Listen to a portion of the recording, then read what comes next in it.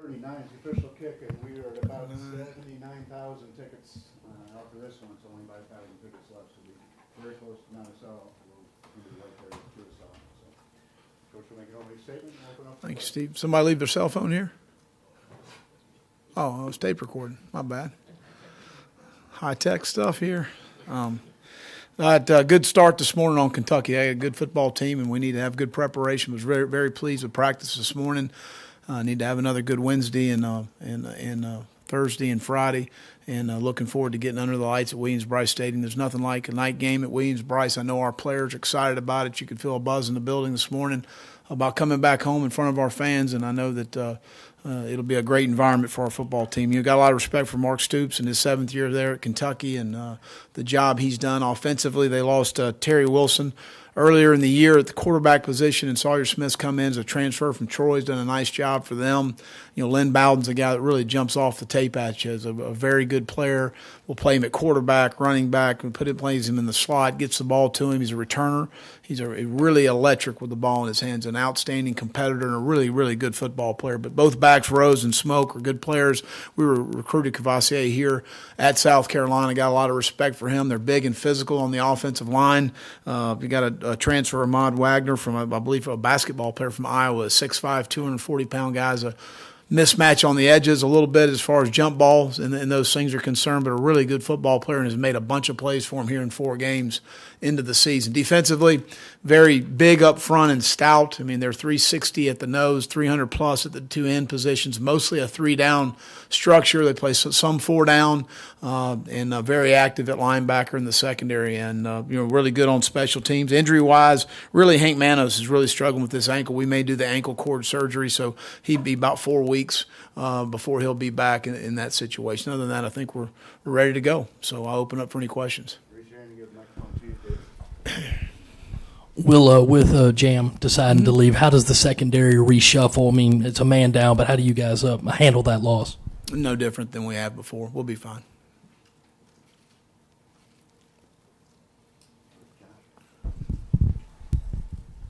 Was his decision to leave a surprise to you? No, he just wants another opportunity, want a better another situation. So we support him 100%, love coaching Jam, but we're moving forward.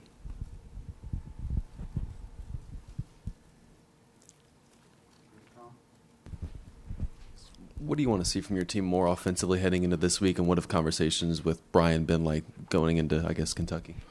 Well, I think first of all, you starting the game out much better than last week, Colin, is a major issue. And we've talked in terms of running the ball to help Ryan more in some situations. You go back and evaluate last week's game. The first 26 plays, 17 of them were called runs or RPOs.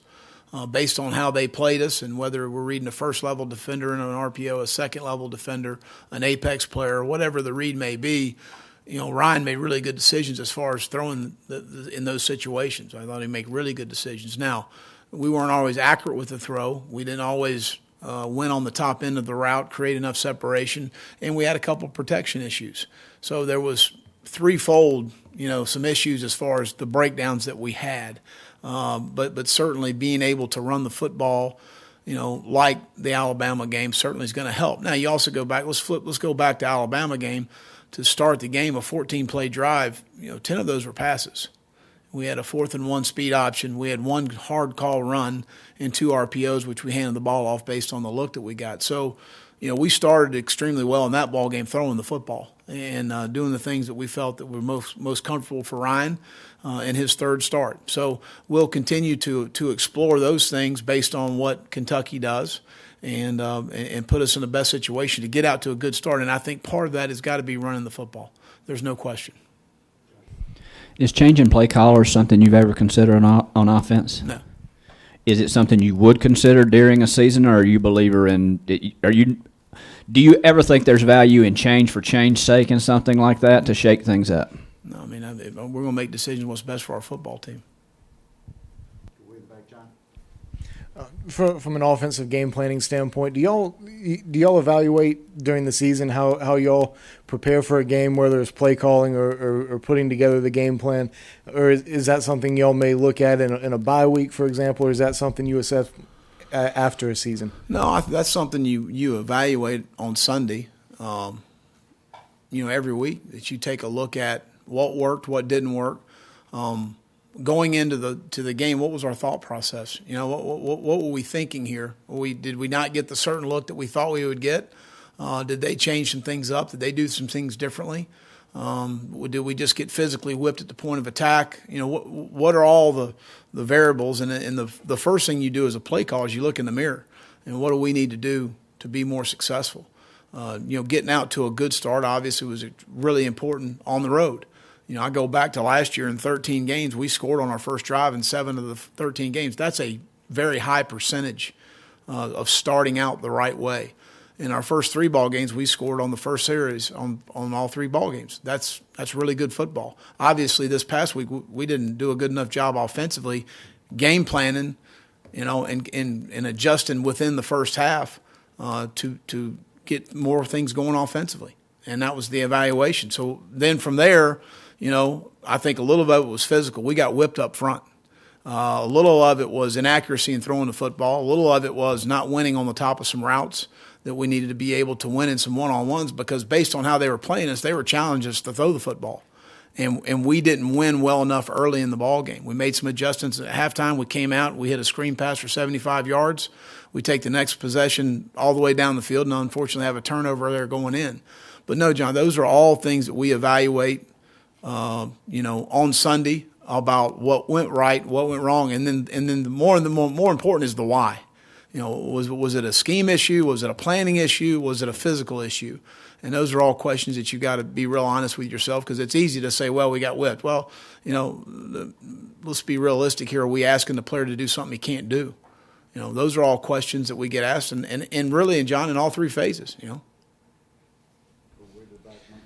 Well, with Ryan's injury, how do you manage his workload this week? How has he looked? And I assume that he's good to go for Saturday night. Absolutely. He made every throw today. He looked great, and there's been absolutely no cut of reps or anything. He looks great. With Jemias departing, how does that change dynamics in the secondary at all? And does the work get kind of distributed over the guys who've been playing, or does anyone else kind of step into the mix? The guys that have been playing, we just continue to roll the guys we're playing.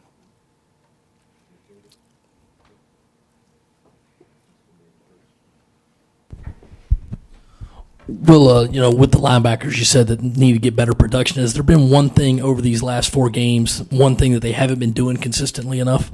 I just thinking, fitting in the run game, the run fits have got to be right. And sometimes we've lost our eyes on some things, and we got to just clean up some fits in the run game to make sure we're right in those situations. Because we really, you really look in our first 4 ball games, Javon and Kobe. I thought Rick Sanders played his best game Saturday, and Zach Pickens continues to come on for us. But Kobe and Javon have played at a high level. Coach, when Ryan's having the half that he had, the first half, then having the game collectively that he had, in a position where you want to be a perfectionist, it's only his second start. What's the message that you have to him to kind of keep him motivated to move on from that one and just, take the highs with the highs and the lows with the lows? Well, it was his 3rd start, but, that's part of being the quarterback at South Carolina. And, he and I had a conversation late Saturday night. Unfortunately, with being the starting quarterback, you get way too much credit when the things go right and go correct and are going your way, and you're going to burden the blame when it's not going your way. And that's part of being the quarterback. He's a mentally tough guy. He's a mentally tough young man. He's been through an awful lot. And the way I saw him respond on Sunday and the way I saw him respond Monday and Tuesday has been really good. And I thought he had a really good practice today. But, be careful what you ask for. You want to be the starting quarterback at South Carolina? That's part of it. So you got to deal with the criticism. That's part of the position. That's fair. And he understands that. He understands that. Concerns you had about the secondary from the Alabama game, how well did they address that in the Missouri game? Did you feel like they played better? I thought we made some improvements. At the end of the day, we played 54 snaps in the first half, and that's far too many snaps. And I think I've addressed that. But we've got to we end up playing 90 snaps in the game, and we've got to put ourselves in a position to stay on the field more offensively, and not play as many snaps as we played. But I thought we made some improvements. when your background as the head coach is in a specific position area, do you find your eye naturally going there more? Do you deal with that group more than you deal with other groups? How does that work? Oh yeah, I mean I coach on defense, and I meet with the defense and game plan, and obviously as far as planning to win the game, we meet as a staff and we talk about the things we need to do in order to win the game, as well, whether it's in all three phases of offense, defense, and special teams. But certainly I spend more time with the defense. The defensive back specifically? Sure. So when they're struggling, is that more frustrating for you because that is your area and that's where your background is? Yeah. I mean, are you trying to punish me or what? No, I'm just wondering how it works. Do you get it more pisses me involved? off. Right. Do you find yourself getting more involved in that scenario, or do you I'm have to? always involved, so it's not a situation where all of a sudden you want to start getting involved. I've been involved the whole time, and I take a lot of the burden on myself. Joseph Charlton had another really good game the other Yeah. night. How valuable is a guy like that, particularly when your offense is struggling a little bit? Yeah, when you flip the field, and we never want to punt and have the ball on our side of the 50, and I think he flipped it every single time and actually out punted the coverage a couple times there. It was a tough cover, and we had Xavier and AJ and Shy and JC and I think even Brian took a rep as a gunner. As far as guys, that's a 70-yard sprint. To go cover a really good return guy in the Southeastern Conference. So, but Joe's punting the ball really well. He's been a weapon for us, be able to flip the field, the hidden yards in the vertical field position, and he's done a nice job, really nice. Coach, because of the situation you guys are at, being pushed back in the corner, what would you tell fans in terms of being able to come out this week, and how important is that going to be for you guys, first night game at home? Well, we're excited. A night game at Williams-Brice is a special. There's nothing like it. I've coached in a lot of arenas, and there's no doubt that that's as good as anywhere in the country. Our guys are excited about it, and you know what? Our fans will be great. They'll be supportive. I don't need to tell them anything. I know they'll be excited to see the Gamecocks play, and we really, really appreciate their support. And it starts with Gamecock Walk, which there'll be a packed house for that, and we just appreciate all the positive support they're giving us right now. I know everybody's frustrated with the running game. How has Tavian handled that, considering he's a guy that transferred in? He's been great. I mean, at the end of the day, we've actually run the football pretty well till Saturday. So I've been, you go 150 or whatever we did against Alabama. There's not many teams that have done that. So very disappointed with the inability to run the ball Saturday. How has he looked Sunday and today? Good. Yeah. Good. I had a quick question on the pass that got picked off against Missouri on the goal line. It looked like the edge defender kind of sunk in to open up the window for that slant. I guess was that kind of the case? And with it getting picked off, was the ball maybe a little too far inside, or did the guy just kind of bounce out and sort of make that play? They zoned us on that situation, and we were expecting man coverage, and we probably should have handed the ball off. With the new redshirt rule, there's obviously, you see some guys 4 games into the year with Sure. the whole redshirt. Is that a concerning trend for you in terms of just being a football coach, or is it something you just have to live with this new rule? Colin, I think it's something you just got to live with. That's part of where we are in college football right now. So. Donnell said there were some communication issues on the offensive line last week. What kind of adjustments you need to see there? Well, we practice with crowd noise, every starting in training camp. And those are things we really work on as far as the communication and being on the same page, where we're comboing to and who we're working, whether it be an A block, B block, or C block, or whatever the case may be up front. And we did have a couple mishaps on the offensive line, which we just can't happen. The closest 2 units on the team need to be the offensive line and the secondary, because they've got to work cohesively together in what we try to do. And normally it's a negative play if they're not on the same page. But that has not been an issue for us, and we're going to continue to work through it. Well, I'm sure turnover margin is not where you want it No. to be. I'm sure you emphasize ball security every single day. Yeah. Is there anything you can do to kind of get those numbers turned around, or is it just up to the guys to say, hey, it's time that we do this? Well, again, I think that, number one, we need to be more opportunistic defensively, and taking the ball away. Aaron Sterling had a great strip on the on their side of the 50 the other day. The tackler was secured, and he went in for the strip, and it was an outstanding play. DJ Warnham does just a very instinctive play on the interception. But we need to be more opportunistic defensively, and when we don't have the ball and getting the ball off people, and certainly taking care of the football. But it's hard to win on the road when you give up 14 points, and your defense isn't on the field. It's very difficult. So those are things that we've got to, and it's the most important thing in the game: the ball and explosive plays. That ratio dictates who wins and loses games, and right now we're on the negative side of that. So on both situations. A couple of things. Has anybody else come to you to have the conversation like Jemiah's had about transferring after 4? No. And have you gotten what you expected out of JC and Israel so far at the corner position? And does Israel maybe get a look more at safety with Jemiah's leaving? Well, Israel actually played safety against North Carolina and Charleston Southern in both of those games, and he'll continue to rep. I believe he even got some snaps at Alabama. I don't know that for sure, but I know in the first 2 games. But he always reps back there and helps us back there with John. Cam Smith, his emergence has come on. I thought he had a really good day this morning. AJ's gotten healthy, so he's another guy that's going to be back in the fold at the corner position. But John, it's always about putting the best 4, best 5, and best 6 guys out there. I think JC and Israel can play better than they've played in the first 4 ball games. Well, with the 1-3 start and 5 straight losses to Kentucky, how much pressure is on this coaching staff right now to win this game Saturday? We have pressure every single week. Every single week, there's a lot of pressure. And you know what? There's more pressure internally than there is externally. I can assure you of that.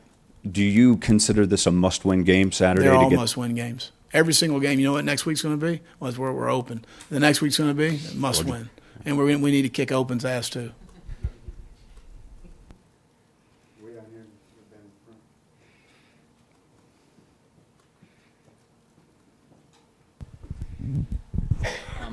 With Sawyer Smith in there, does that change Kentucky's offense at all? And just in your experience, how unusual is it to sort of run into a backup quarterback with the kind of experience he has?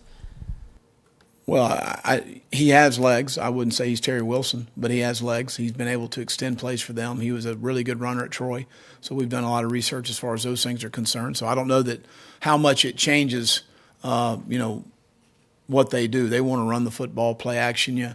And that's kind of their mantra since Eddie's been there. So, but I don't know how much it changes them. Well, kind of specific here, but you guys had the goal line stand, and on one of those plays, the running back tried to jump over the pile. Is that a play that when you're coaching your running backs or Thomas's, do you guys teach your guys to do that, or is that just something that they kind of make up their mind to do? No, that's something that we've done before. I believe it was Rico 2 years ago. That a lot of it is schematically.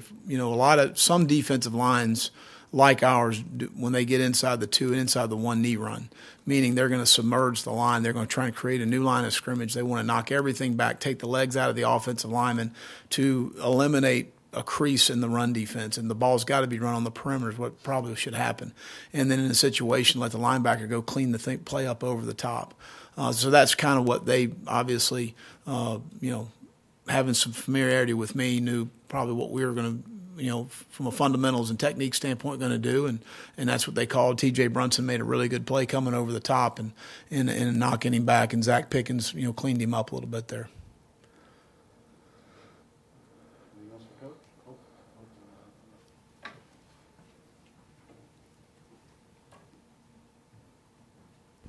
Coach, looking at Kentucky's offense, I think they have 7 drives of 75-plus yards, 4 of 90-plus.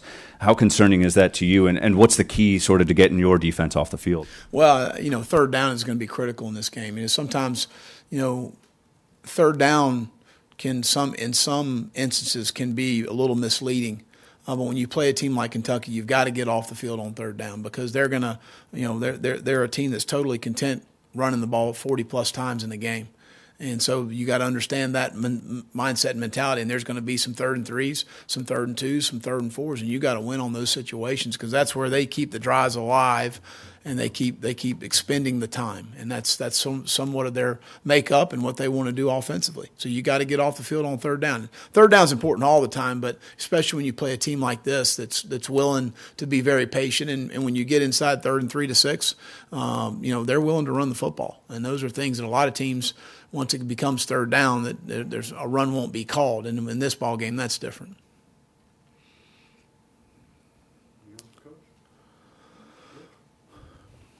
All right, y'all have a good one. All righty.